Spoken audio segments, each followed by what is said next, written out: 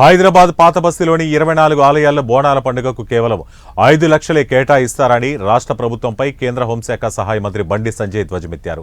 రంజాన్ పండుగకు 33 కోట్లు కేటాయించి తబ్లిగీ జమాతే సంస్థకు 2.4 కోట్లు ఇచ్చిన రాష్ట్ర ప్రభుత్వం బోనాల పండుగపై నిర్లక్ష్యం చూపిందని ఆరోపించారు.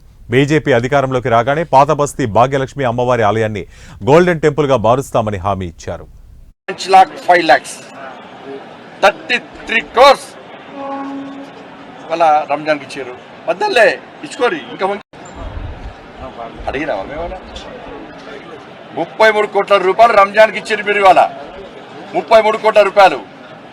హైదరాబాద్ బోనాల పండుగ ఇచ్చింది 5 లక్షల రూపాయలు. 5 lakhs 33 crores వాళ్ళ రంజాన్కి ఇచ్చారు. వద్దలే ఇచ్చుకోరి ఇంకా 10 కోట్లు ఇచ్చుకోరి. ఇందులో ఏం పాపం చేసిన వాళ్ళ తెలంగాణలో రంజాన్ పండుగ మాదిరిగానే గణేష్ ఉత్సవాలు జరుపుకుంటారు కదా, భవానీ ఉత్సవాలు జరుపుకుంటారు కదా, హనుమాన్ జయంతి ఉత్సవాలు జరుపుకుంటారు కదా, బోనాల పండుగ జరుపుకుంటారు కదా, శ్రీ వెంకటేశ్వర స్వామి ఉత్సవాలు జరుపుకుంటారు కదా, అనేక పండుగలు జరుపుకుంటారు కదా. ఇచ్చింది ఎంత?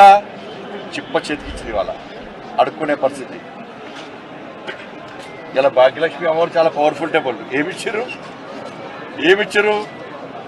భాగ్యలక్ష్మి అమ్మవారు ఒక భారతీయ జనతా పార్టీకో లేకుంటే ఇంకో మా నాయకులక గుడి చెప్పిన గతంలో చెప్పిన మళ్ళీ చెప్తున్నా. భారతీయ జనతా పార్టీ ప్రభుత్వం ఇక్కడ ఏర్పడిన వెంటనే మేము చేసే